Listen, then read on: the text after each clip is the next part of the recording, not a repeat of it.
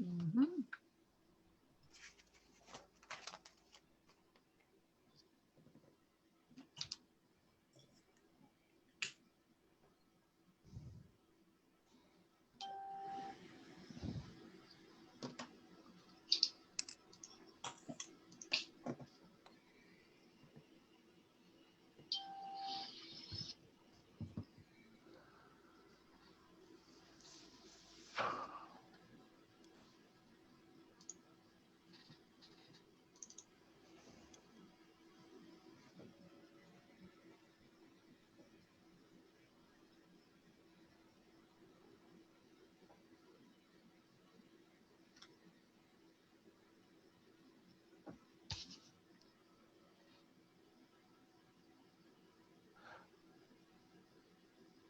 We're waiting for the drum roll, Jackie. I don't know what's happening. I'm waiting for Joe. I'm being served a cup of tea. Oh, very nice. Yeah. We like a cup of tea, Thank don't we? you, my That's sweet. it. I'm trying to claw my way back, Ian, still. Is that the great Arthur White? It is, mate. 25 years ago. There we go. Keep on his toes. There we go. Okay. Are we live? I reckon we could.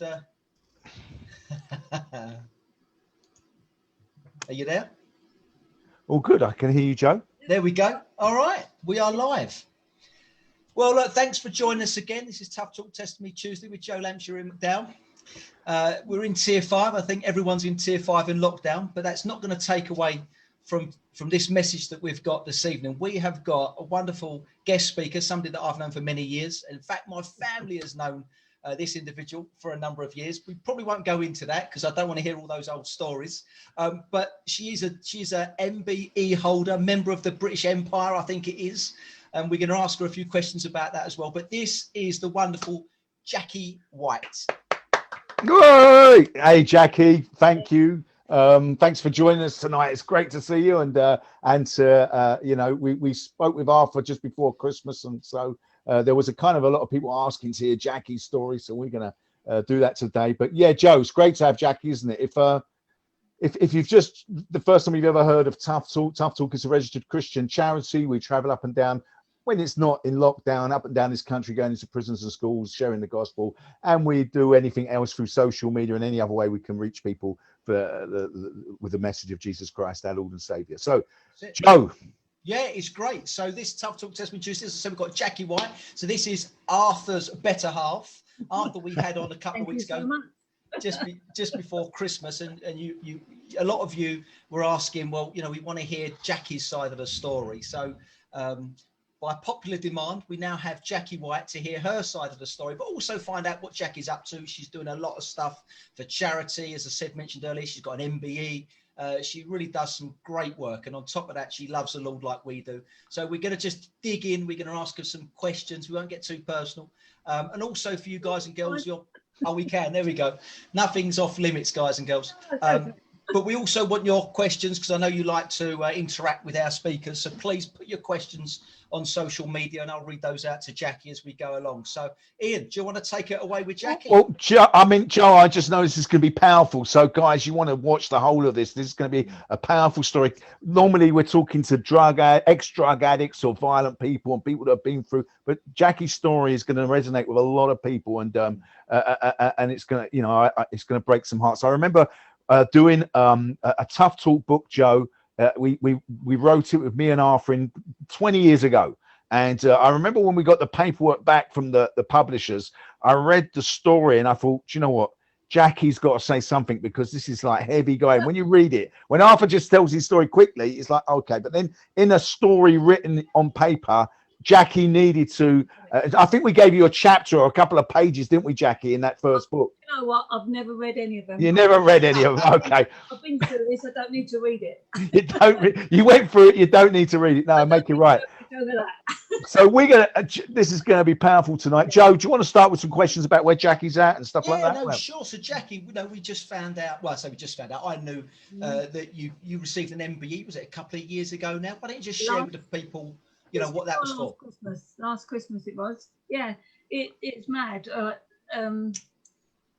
It's a funny story in actual fact that I got the news in the summer, but I didn't open the letter. Arthur opened a letter and he said to me, I was actually in food bank. I was in the van. I drive a transit van all day. Did he think it was for him, for his outstanding contribution to powerlifting? All it was, he said, I've got a government letter come through. What's that? I went, oh, it's probably the local MP wants to know what our stats are. I run the food bank. I and, think you it's know, because we she impact was this such a time. patient wife. And he went, no, this is something different. It's something special. I said, well, open it then. And he went, oh, yeah, open it. And all I got was, he was in tears. He was crying. He was going, I can't speak. I can't tell you. I went, what on earth's the matter? Something really bad's happened. He went, no, it's really good. And that's all I got. And I thought, he's lost it. He totally lost it. And yeah, as it was someone that they'd written a letter from government or Parliament or Westminster, I don't know where it was then. Yeah, that I got an MBE, so that was great. So have you got your MBE there? I know we spoke about grabbing it so we could show everyone. We did. My husband has got this. But when you go, you get presented, and you can take a couple of people in with you, or they sit in the gallery. And when you receive your MBE, you get it in a little box like this. And then that's what I got. Oh, wow. Yeah. Well, That's better than any of those powerlifting trophies. well, I was about to say, Arthur, I've seen a lot of very impressive trophies of yours, but I've not seen a medal like that, Arthur. He's getting ears in the background. Don't get out. Leave Arthur alone. Let him keep staying out of it. So, Jackie, what's you just mentioned food bank? Tell us a little bit about that. Where you're at now? Well, obviously, I must say, first of all, it's like what I really miss is you guys coming around to our house on a Tuesday night, because you guys used to come around as a prayer meeting, and it was mad and it was loud and it was brilliant, and I really miss that. Because we moved to Cornwall, and that was our fault, I guess. And we moved here thinking that we were going to go and do some sort of longer term mission work, because we both worked in, you know, the sector where we used to go out and do a couple of weeks here and there. The idea was that we came down, we bought the house with our daughter and son-in-law, and we converted the barn next door, and we were going to go on longer term mission work. Obviously, God had other ideas in that. So somehow I ended up that we did a brainstorming session at church, and they said, what do we need to make sure we're working in the community? Because if our church closed next week, does anyone know we're gone? And we decided out of that we should do a food bank, and somehow I ended up with a job. And it was, yeah. So I run a food bank now, and we run a second-hand furniture and household goods store. I know you kick it off? Didn't you put your own money in to start off with, Jackie, in this venture? Yeah. Yeah, we did. We said, I mean, we're in an affluent part of Cornwall. This is in Wadebridge. This is where everyone comes for their holidays. We're 15 minutes away from Port Isaac and Padstow and Rock and all those places. Everyone thinks, obviously, there's not an alcohol problem here, and obviously there's no drug problem. And, you know, we said, well, I don't know what land are you living in? Because so we had to do a lot of work, and we did a lot of survey stuff to say that it was necessary. And we said, well, look, what we're going to do, we found a tiny weeny little shop in a back lane, and we said, we'll open there. We put our own money in for the first 3 months rent, and said, if we've heard God right, this will go. And if we've heard it wrong, so be it, we'll close, and it's not necessary. And, you know, we'll just walk away. So we had 3 months worth of rent. We put that into the shop. We started off in 2009. We've been going for 11 years now, and we do at least 30 tons of food a year. 30 tons of food. And you now cover most of North Cornwall, is that right? I heard you say. Yeah, we do. We do from Trevose Head all the way down to Tintagel, and we do Weybridge, Padstow, Bodmin, Camelford, all the surrounding areas. Yeah, we've got quite a big patch. Wow. And that's part of the reason you got the MBE. So yeah, recognized for all that work. I mean, no, we've done outreaches down there, and we know the area. And although, like you said, you think of it with this holiday theme and lovely area to live, but there's a lot of poverty, there's a lot of drug abuse, there's a lot of problems down there. I know you guys are in the front line of all that stuff. Joe, any questions before we dig into? No, just looking at the comments. Quite a few comments are coming in. A lot of them are saying, "Hi, Jackie, great to see you." My wife's jumped on as well, saying, "Wonderful woman of God and so inspirational." So she's chuffed that you're on here as well. Hello from Bonnie, Scotland. Roberta's coming in from Scotland. Bobby. Yeah, we've got Sharon's here. There's so Michelle. I mean, there's so many. Tracy. I could name them all. So it's great to see some familiar people, but they're all excited. Oh, Amanda Hart's on from Loughton. Hi, Amanda. So yeah, all looking forward to hearing your story. Cool. Jackie, take us back then. I mean, I don't know where we're going to start from, but I suppose, why don't we start from when you met Arthur? You was, I know he was in Debden. Was you in Debden, and that's how you met? Yeah. I come from one side of the council estate. Don't call it council estate anymore. There's social housing now. We were on a council estate. We were throwouts from London, you know. And I was on the better side of the estate, and he was on the other. You're on the posh side. Yeah, the rough side. Yeah, Lampshire's were on the good side, weren't they? Oh, were they? I don't know. Oh yes, yeah, they were on the same side as me. Yeah. There we go. I went to school with Terry. Yeah. So for those that want to know who Terry is my uncle. My uncle Terry. There was 4 brothers: Uncle Terry, Harry, Lenny, and Billy. Billy was my dad. There we go. But you knew him, didn't you? Or you knew most of them, I think. I went with Harry. Harry. Right. Okay. There we go. So you knew Harry from school. Yeah. That's a small world. Yes. So Arthur always says, Jackie, that you were like childhood sweethearts. So you got married very young, didn't you? Tell us about all that. Yeah. We met at 14. We got engaged at 17, and we got married at 19. Wow. That's amazing. So I mean, but everyone did then. Yes. I don't realise I'm that old, but yeah, they do. If my kids had come into me and said at 19 they're going to get married, I thought they were nuts. But yeah. And you didn't actually start a family straight away, did you? No, that was quite unusual too. It was not until we were 27. Yeah, my mum never thought we'd ever have any kids, but no, we got on with our lives and carried on, and yeah, didn't have Emma till 1977. Got married. And in that time, you was having a good marriage. You went into business together, or you was, yep. So take us through that.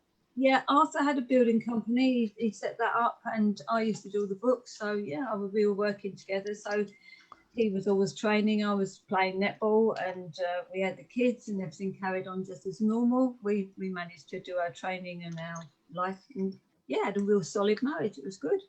Yeah. And we know that during that time, Arthur was quite a lot of credibility in the local authority. I think he was a governor of a school. So you were like the perfect couple. That's what we're trying to paint a picture. Yes. I mean, if there's going to be a perfect couple, from what Arthur told me about your marriage at that point and you guys, everything was great. But we know there was a point when something all went a bit sort of. Now you weren't churchgoers, were you?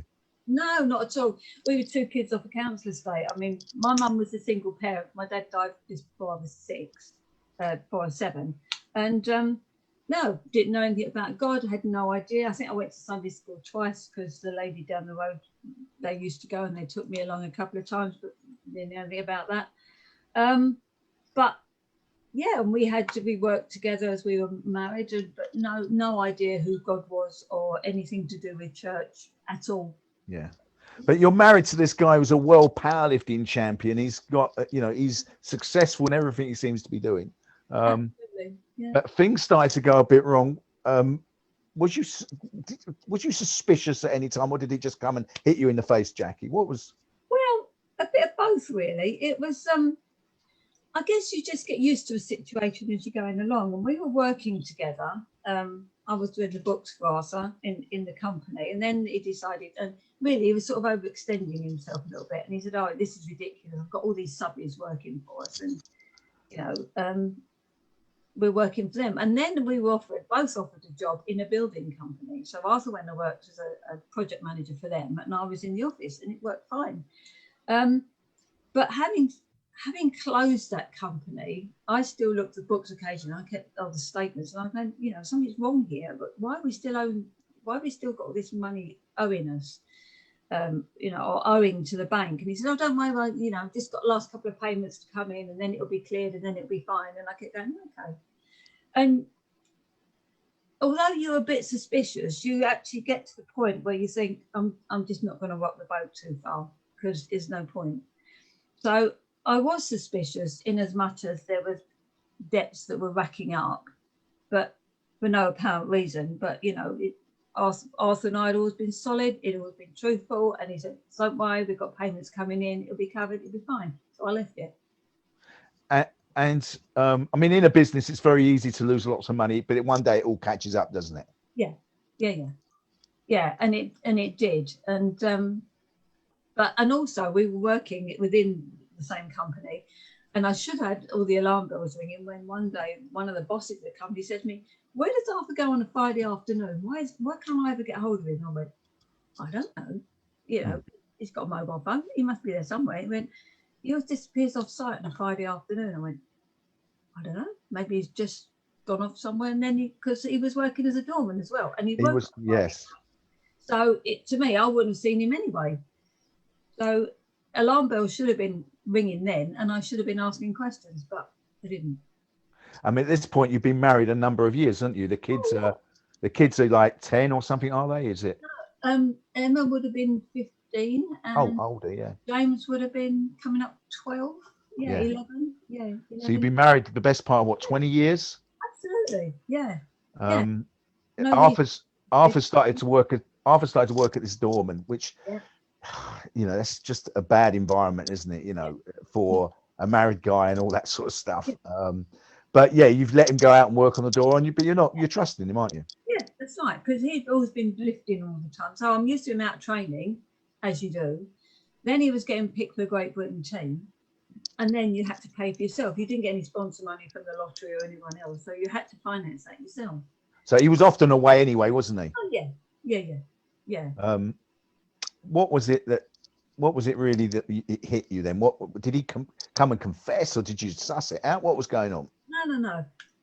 It happened that I went to work on a Wednesday morning, and I was working part-time at the company we were both working at, and I literally came home and got a Dear Jack letter on the table when I came home. Oh, wow. Yeah. So it was, "Dear Jack, can't do this anymore. Hope you'll be okay," and left me, I think, £200 in an envelope, and that was it, gone. So he'd never spoken to you. He didn't know anything was going on, apart from one guy saying, "Where does he go on a Friday?" Yep. You're oblivious to what's happening, and you come home. And, mate, he's my mate. He's my good mate. He's my good mate. Trying to be serious, Ian. I know, but I'm being serious. But I'm thinking, I'm talking about you're someone I love, and then I'm thinking, what a git! He's left you. Yeah. He's left you with this letter. Nothing. Yeah. All I got to say literally was a Dear Jack letter on the table. So what was going through your mind at that point? It was the fact that I felt like I was an idiot because I hadn't seen it coming, apart from anything else. But prior to that, a little bit prior to that, we had decided that we were going to sell our house because we had quite a big 4-bedroom house in a really nice area. So, in my view, to clear some of the debts, but we decided to sell the house. We're viewing different areas, different houses. And Arthur had convinced me about this one house. It was on a corner plot. He said, "We can have that, and I can put an extension on it, and it'll be this, and this, and it'll really work well." And I thought, yeah, that's great. So he did a deal with the people that were buying it, and ended up coming down to the school gate, meeting me one day at the school gate with the kids. And he had literally had a carrier bag with £25,000 in the carrier bag. And I said to him, he went, look what I've got. We've done this deal. So, okay. So I said, "You better get that." I said, "Tomorrow we need to sort that out, and we'll put that in a safety deposit box because that can't be left." And he said, "Oh, no, it's all right." I said, "No, it's got to go in a safety deposit box." So when I got home the following day, he said, "Oh, well, I've done it." "What do you mean?" He said, "I'll put it in the safety deposit box." I said, "Well, that's no good." I said, "Because it needs my signature and yours." I said, "Because if you drop dead or something happens to you, I can't get to it." And he went, "Ah." So I said, "Well, tomorrow we'll go together and we'll sort that out and we'll get it sorted." Because tomorrow was the day I got the Dear Jack letter. And he'd gone with the money. Yeah. So then, having, he had gone off wherever he had gone off, I was pretty sure I knew where. but then I had to move house on So my own. you moved house on your own, so you did do all that. But the Dear Jack letter, it didn't tell you the ins and outs that he's met someone and he's off with her, did he? No, not Or in that. No, I found all that out afterwards. So you had to do some investigation. Yeah. What happened? Basically, a couple of his training mates were telling me, but they saying, "Oh no, he doesn't. He's not into all that." But one of them knew, and he said, "Yeah," he said, and he knew who it was. He told me who it was, and it was one of the girls at the club that he had been being doorman at. Had you ever met her before, Jack? Or yeah, I'd seen her around, but not buddies or anything. So. No. Yeah, and it was just, oh, well, I got caught up in it all because she was poorly and I was helping her out and all that, all that stuff. So your world's just come crashing down, isn't it? And how did the kids take it, Jackie? How did you break it to the children? Well, the funny thing was, Emma had seen a photograph in his wallet a couple of weeks prior. Oh. And she said, I was so shocked, but she said, I didn't know what to do about it. So when she came home that day, and I was in a state, obviously, she said, is Dad left? Has something happened? And she said, maybe I should have said something. I don't know. So I didn't have to tell her, she knew. James, on the other hand, bearing in mind, Arthur was away a lot, or he was out training. This was on a Wednesday afternoon. And it wasn't until the Sunday afternoon that James said to me, Mum, where is Dad? He was used to him being either training and he was gone to bed by the time that, So James actually, it took him days to actually realise. And I thought, I can't face this. I'm not going to say anything. So your world's crashed about. It's just gone. It's gone. And you're moving house. When did you next hear from him? We moved house, and so this was in the November, and it was just before Christmas. He phoned up and he said, I've made a mistake. I've been an idiot. I need to come back. I need to see you. Turns out he'd gone off to South Africa at a time when you couldn't get any money in or out of South Africa. So in the meantime, I'd spoken to our solicitors and said, look, he said, where do you think he is? I said, I think he's gone to South Africa with an old weightlifting buddy. To see him, and he said, well, if he has, you've had it. He said, he can't give you any money back even if you wanted to. So anyway, he phoned up and he said, I'm going to come to Heathrow Airport. I'm coming home. Will you meet me there? So what month is this? How far? This is just before Christmas. Oh, so it's been gone like about a month. Yeah. Okay. So it was just before Christmas. I said, look, you can come home. We'll talk about it. We'll try and sort something out. I said, but don't think you're coming home for Christmas just to see the kids and then you're going to go again because I'm not having it. And he went, no, I wouldn't. So he came to Heathrow Airport in November. There was snow on the ground and he was in a pair of shorts and a T-shirt, no money, no clothes, no nothing. All he had was a training bag with him. And he gave me a training bag full of drugs, full of needles, pills, all sorts of stuff. He said, take that off me because that's what the root of all the trouble is. So I went and I took it all and I blessed the bin in Heathrow Airport and chucked it in the bin in the toilet. And Jackie, where's the girl at this stage? Is she not turned up with him, is she? No. She was still out there. Oh, okay. They bought a flat out there. So he's come back at Christmas. He's bought a flat out there. He's bought a place out there. Oh yeah. Yeah. So he's come home for Christmas, or you're thinking long term, what happened next? It was a bit full over the Christmas period, obviously. And then sure enough, New Year's Eve, he packed his bag and he was going again. He said, I can't do this. I'm off. I'm gone. So there he was. So I remember him telling me that there was a point where he was walking down the road, leaving you guys, and you was in a car with the kids. The kids were crying. Is that the time? Yeah, it is. Yeah. And so this is the man you've trusted, you've loved. Yeah. And you obviously want, you still love him. You obviously still want him. And he's a different man. Yeah. Totally different man. But to the point that, this went on for 4 years, as you guys know. And he'd come home and then he'd take off again. And 7 times we went through all of this at various stages. But my mum, not a Christian lady at all. She was an old East End girl, God bless her. she says to me, what's the matter with him? She said, I don't understand. I said, Mum, I don't understand. I don't know what's going on. So she said, all I can say is he's not the man that I've known all these years. And I thought, well, that comes from her. You know, it's your mother-in-law. She's the first one that's going to go for you, jugular, really. Yeah. But yeah, she said, I don't understand what's happened. She said, but he's not the same. He's not the man I know. And she's having this since it was 4 years. I know it was 4 years. He's told me, and but you've had him back 7 times. Yeah, it's mad, isn't it? What is going on with your thinking, your emotions? I mean, obviously you're getting harder and harder. I would have thought each time, because you're getting to a point where you're going to say, do you know what? Yeah. Enough. So what's happening? You're breaking inside, I suppose, is it? Yeah. Yeah. I mean, And the kids as well, of course. oh yeah, yeah. So I mean, one of the hardest things is having to go to the school and to say to the teachers there, like, if he turns up, don't allow my children out of school. They are not to go with him under any circumstance. I said, because he's not stable. I don't know what, you know, I don't know where he might take them or what he might do. And they turn and said to me, oh, well, there's lots of single parent families in our school. I said, yeah, but it's not my family. So, you know, I can understand what you're saying, but no way.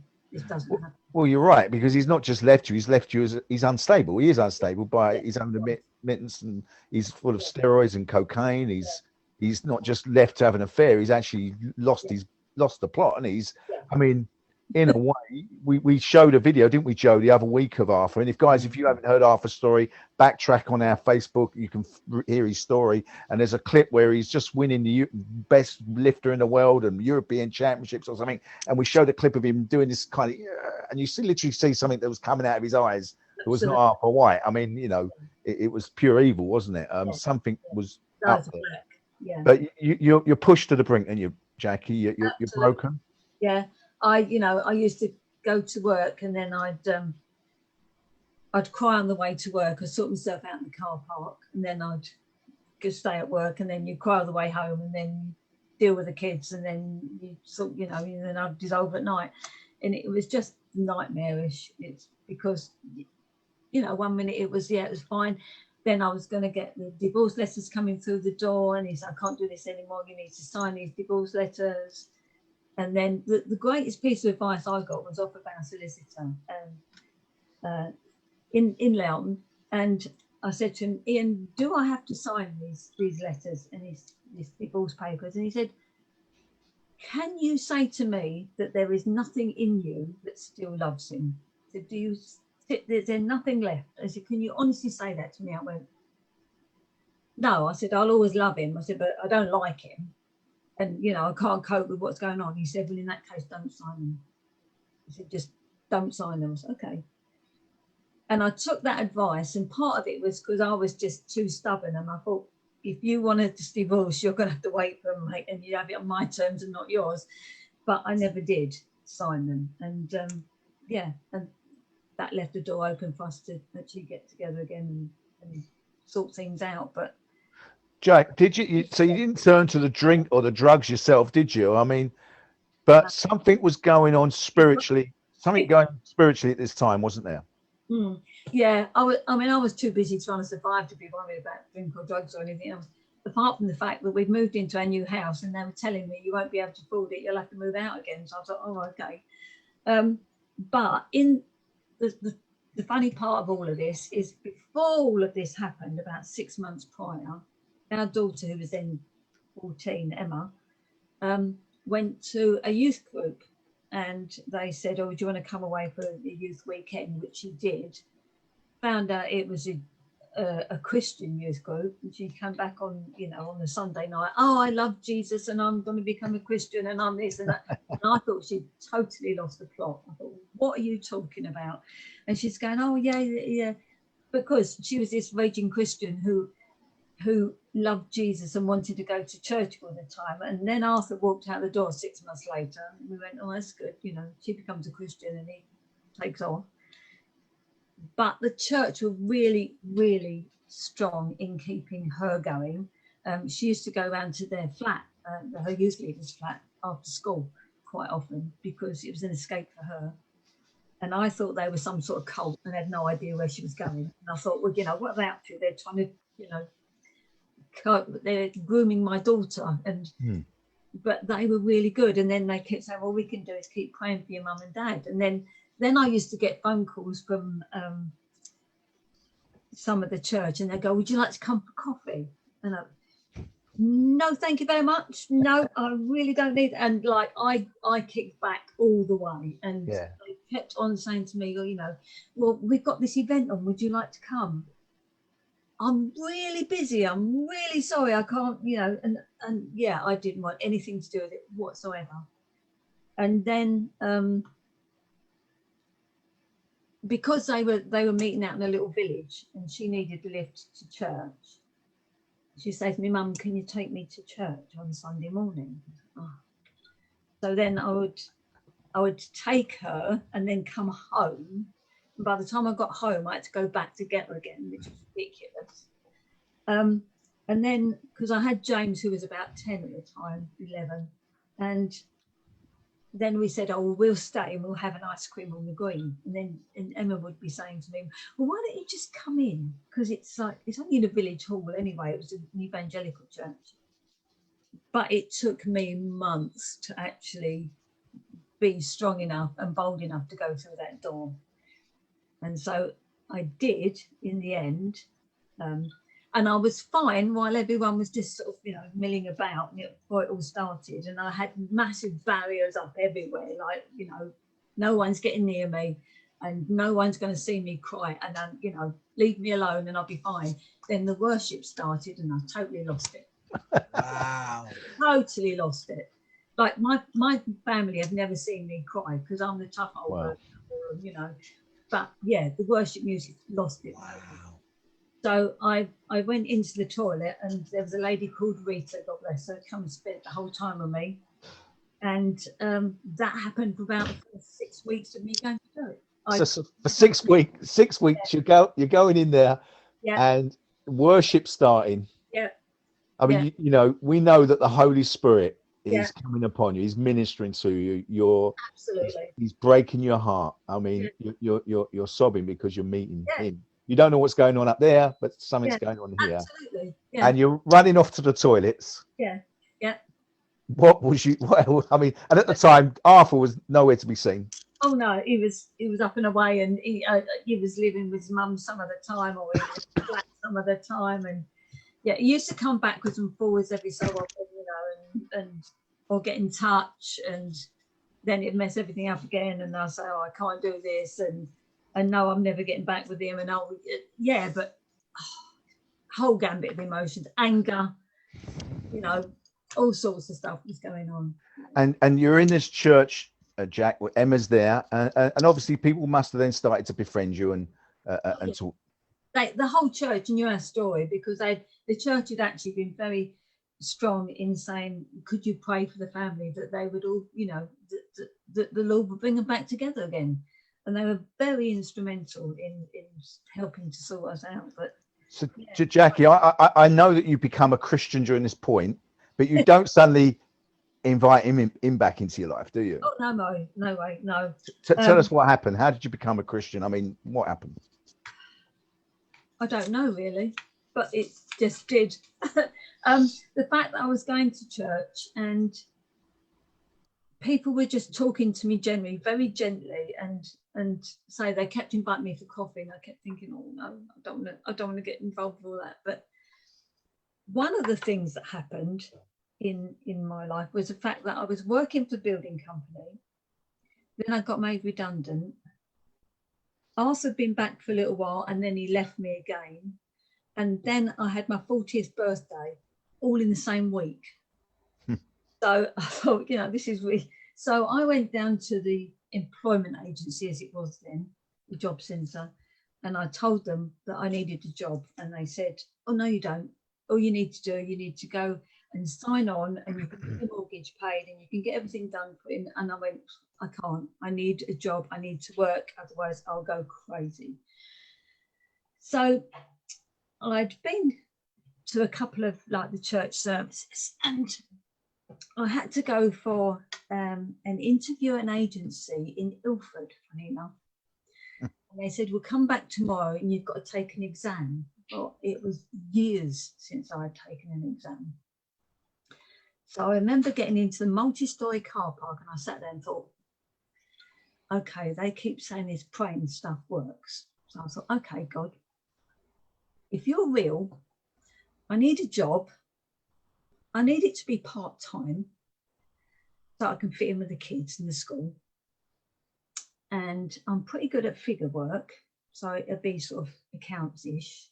And I like meeting people and chatting, so maybe something like a hospital or something like that. If I could get a job like that, will you help me? And now when I did my test at the agency, and I did quite well, believe it or not, and then the following day they phoned me up and said, we haven't got exactly what you asked, but we've got a job that might suit you. So I said, what's that? And they said, right, it's part-time, but it's only temporary. So I said, yeah, where is it? So they said, Holly House Hospital at Buckerstill. No, you would know. And it's in the accounts department. I went, brilliant. Wow. And I thought, wow, this praying stuff must work. Because it was like everything. And they said, it's only temporary. I said, that's all right. So when I got there the following day, they said, oh, the only reason you've got the job is because you've done a computer course. And I thought, that could be tricky, because I'd joined up at Loughton College, and I'd done the first week and they taught us how to log on. And the second week, the computers didn't work at all. So I've gone to this job totally winging the whole thing. And they just gave me this heap of paper. I said, oh, yeah, I can do that. That's all right, not a problem. And she said, oh, what about this computer? I said, that one I don't know, no. So she went, oh, no, it's one of those in-house systems. We teach you that. So I said, great, okay. So I was there for 10 years, permanent, and I ended up as the assistant financial controller. Not a qualification too many. Mate, a typical East Ender, blagged it all the way, Joe. Absolutely, yeah, absolutely, yeah, it's crazy. You know, and God-given job. He just gave me, you know, I thought, well, this praying stuff really works. So you're now, I mean, you're part of the church. God's ministering to your heart. Arthur comes to faith at some crazy stage, doesn't he? Yeah, he does. It would sound like it's all going to go wonderful, but it's not the case for you, because he's hurt you, isn't he? He's hurt you bad, and you can't just forgive that. It's not easy to forgive, is it? How does all that work, Jackie? There was no way. And I said to him, look, you know, he came back, he said, oh, I've become a Christian, everything's going to be fine, it'll be wonderful, and I'm coming home and it's all going to be great. And I went, no, you're not. Can't do it. Can't do that. So, and I said to him, I don't want you at our church either. I said, that's my space, that's where I go, and that's where I need to be, and I don't want you there. So I said, well, where am I going to go? I said, I really don't care, to be honest. You can go where you like, but it ain't going to be with us. But it took a long time, and then, you know, we decided that we would have to like really pare everything back. So I think that we had both decided on the same night. We were in separate places. I was at home and Arthur was I think he was at his mum's. But it turns out on the same night, we both prayed the same prayer. And we said, Lord, I don't know how this is going to pan out. I don't know if we're ever going to get together again. I really don't know whether it's going to work or not. But all I know is you've got to come first. And I said that. And apparently Arthur did pretty much the same sort of thing on the same night. And then after that, it was like, we've got to work hard at this, about being open, about being honest. And I said, and if I have to ask you difficult questions, I'm going to do it. And I don't want you flying off the handle at me and trying to fob me off because I want an answer. And if you can't do that, we can't get together again, and we can't do, you know, the whole getting back together again bit. So we had a long way to go, and we had a lot of, you know, difficult things we had to say to one another, but it took time. And we started courting again, which was brilliant. He kept saying, I'm going to move back in. I said, no, you're not. I'm not having that. So, and the great thing was, by which time I was working at the hospital and Arthur was working at Spitalfield Fruit and Veg Market. So every so often, when he wanted to be nice to me, he'd send in these massive, big fruit hampers. So my friend on reception would phone up and go, Jack, he sent another one in. I said, great. So we used to share it all out between all of us. And all my mates would say, don't have him back yet. Oh, Keep getting boy. the food parcels in, yeah. EastEnders had nothing on you guys. Yeah. Jack, so at some stage you have forgiven him. I mean, a lot of people won't be able to get their heads around how someone can forgive someone that's hurt someone, because you know when this happens, it's someone you've loved and trusted and you know you can't just get that back, can you? How does Before we go into that, Go Jackie, on, Joe. before you share with us how he managed to get back in your life, we were all intrigued. This is great. There's some great comments that have just been piling through here. Some are just saying, "What a strong woman." I don't know if I could have forgiven him. Sharon said, "First time in church, I stood with my arms crossed so no one could get near me." That was 6 years ago. You know, Charles Maloney can relate. Listening, very interesting. What a beautiful lady. Thank you for sharing. God is so gracious and gives us a lot of wisdom. Tracy, amazing. Yeah, it's really Timmy's on. Hello, Timmy. What an incredible lady. Yeah, God comes before everything. That's my experience. Can't do nothing without God. I love a woman who stands her ground. That was from Tracy. And Sean, it's all to do with amazing grace. Well, it is, Joe, isn't it? Because what we really probably should pick up on is the fact that they both said, whatever happens, God, you're coming first, which I think is a key to it, isn't it? A key to unlocking hurt and pain, and say whether it works or not, whether I get, it's a bit like even all the troubles people in at the moment, the difficulties, we've got to say to ourselves, whatever happens, you are God. You are the God of my life. You're the real deal, and I'm going to make you first. You know, whatever the circumstance, whatever the persecution comes, whatever the problems comes. So it's not just because your prayers are being answered. You know, you're like you said, this praying thing works, but at some stage, prayers don't always get answered. So you can't build your faith on that stuff. You have to build your faith on what you said and what Arthur's obviously said. Whatever happens, you're coming first. Absolutely. I love that, Joe. Do you know what I mean? Yeah, it's powerful. I'm pleased you picked up on it, because I was going to pick up on that. And you know, there'll be people that are watching this that might be in exactly the same boat as you were, Jackie, looking maybe to divorce, or how do they get out, or how do they get it back on track. So this is really powerful. This story, this testimony. Well, it's a difficult times for couples at the moment, Joe, and you know, there's a lot of people breaking up and splitting up because being locked up with each other, and you know, financial problems and crises. And this is a proof that God is able, even under the most nightmare of situations, to bring a couple back. Jackie, I know because I've spent a lot of time with Arthur, traveling up and down the country in the van, sharing all these stories. He did tell me at some stage this girl kind of rears her face up again because there's a flat in South Africa and different things have happened, and suddenly there's a debt that's come your way, you guys. So that must have been something that you make, you know, how did you get over all that again?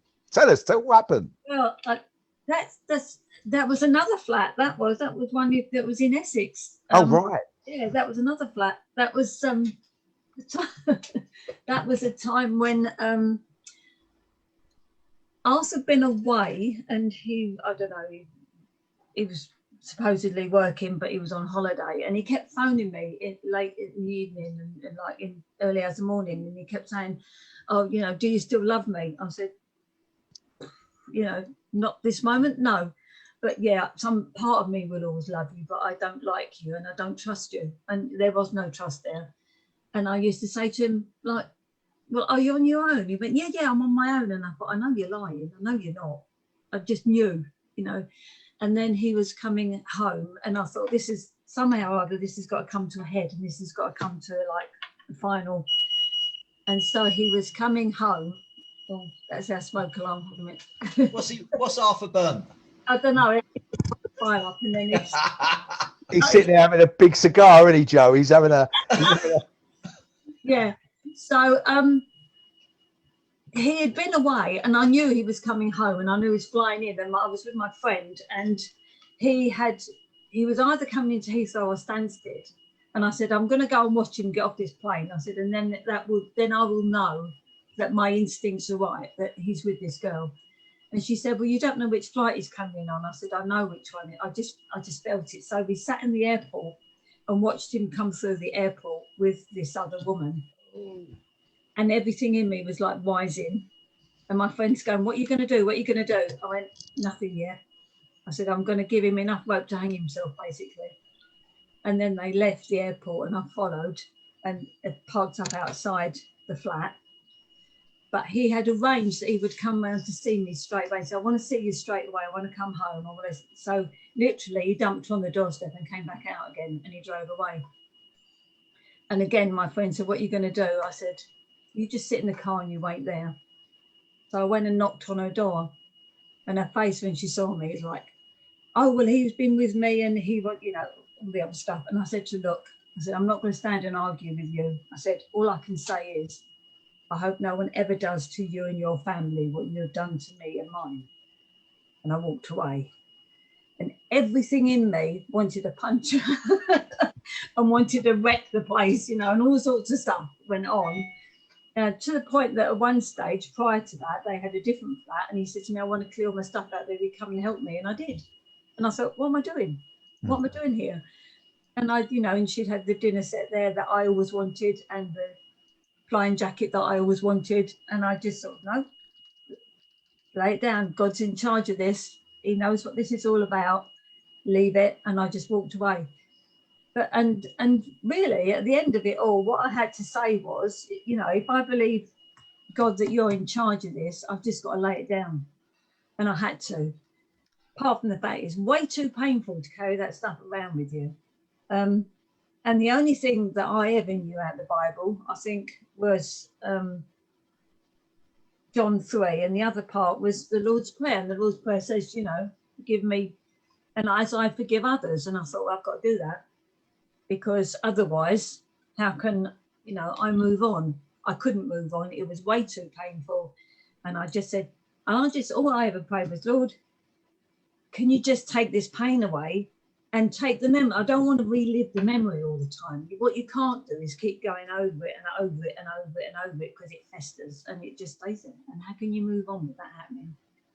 So I said, if this is right and that we should be getting back together again. So that's great. But if it's wrong, it's not going to happen. But either way, I had to put God first in it all. And I was prepared to lay it down, and I had to. And when I did my first testimony, I remember my friend came with me and she said, yeah, but what about that? And what about that? And what about that? And I said, I've forgotten that. It's gone.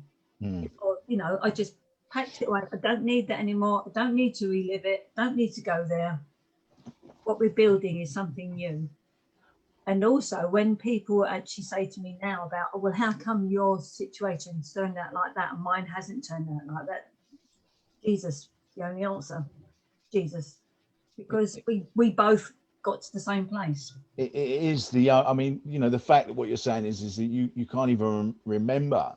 It's like God just does something happens, doesn't it? And these are incredible miracles that you can't see, but that God's done incredible work with you. I've known you for a number of years, and I don't even know how long now, but there's always been this joy, the love of God. You've been an incredible servant for the Lord. You've been running Samaritan's purses and food banks and sharing the gospel. Listen, Joe, people and Jackie, people have been watching this. Maybe they've been going through something similar. Maybe there's an understanding that there's just an emptiness, a lostness in their own hearts, their own souls, and they need that healing. They need that miracle touch from a miracle God.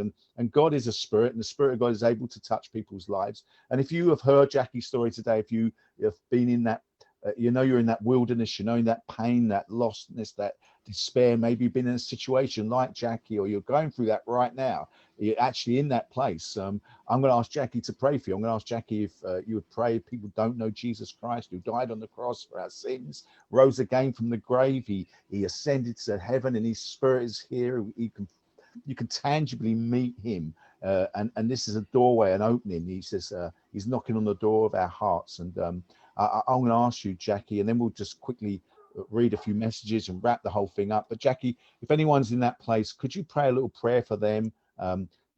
Guys, make this personal. Pray this with Jackie, and in the end, we'll say the amen. If you don't know Jesus and you're in that pain, Jackie, please take over. Yeah, Lord, I thank you, Lord, that you are that amazing God. That that I didn't get filled with head knowledge. I get real heart knowledge, and really it took the time to break my heart to actually be able to receive you. And I just pray for anyone that's in that situation right now, that's going through hard times, that's going through struggles, that just let the Lord into your heart and just trust. I always pray for wisdom, and I just want to say I trust you, Lord, and I thank you for the way you've guided me through some really, really sort of tormented times. But hey, it's an amazing thing when you come out the other end, and there's always, always a light at the end, and that light is Jesus. We thank you, Lord. You are an amazing God, that you are with us always, that we can come to you with all of our prayers and petitions. And Lord, I just pray for everyone today that may be going through tough times, that they will just look to you and trust you, that you are the God who heals, that you are the God who provides, that you are the God that's with us all the time. Thank you, Lord. Thank you, Lord. Amen. Guys, if you've prayed that, you don't know much about God or Christianity, contact us, email us at admin@tough-talk.com. We'll get your book. It's called Christ the Bodybuilder. Pictures of Arthur. That is a picture of Arthur. Look, his bodybuilding days. Look, there you go, Jack. Bad time that was. Yeah. Bad time, that one, but there's some good pictures in there of you guys as well. There's one, I think Arthur's in that one as well. So there's some great, it's all about building up spiritual muscles. We'd love to give you one of those free of charge. We don't want to charge for that. We'll get one in the post here. Just email us. Joe, before we wrap up and say goodbye to Jackie, messages, anything you want to say? No, it's really powerful. It reminds me of some things that Arthur used to say to me. He says, it takes more of a man to run to Christ than it does to run away from him. And I think for those that have been watching, that are maybe considering it, real men and real women, run to Christ. So don't think that it's for a certain type, but Jesus' message for everyone. And if you heard that message from Jackie and you've been touched, get in touch with us, and we'll pass that message on to Jackie. But yeah, we've got some great comments here. Gordon McCann, hi Jackie, Woodford 2005. Oh, wow. Seems a long time ago. Oh, brilliant. Yeah, nice to see you, Gordon. Sean Cummins, I don't know you, Jackie, but I thank Jesus for your honest heart. Charles Maloney, thank you all. God is wonderful. Shalom. Tracy, this is amazing. Such a pleasure to meet you. That's from Tracy. Shalom, I don't hate my abuser, I just don't like him. I'm strong, I have a voice to help from experiencing this together. Yeah. So that's encouraging. Charles, Jesus the answer, God is the answer to everything, from Sharon. Just some great comments. So that's it, guys. Jackie, thank you very much. You are a servant of the Lord.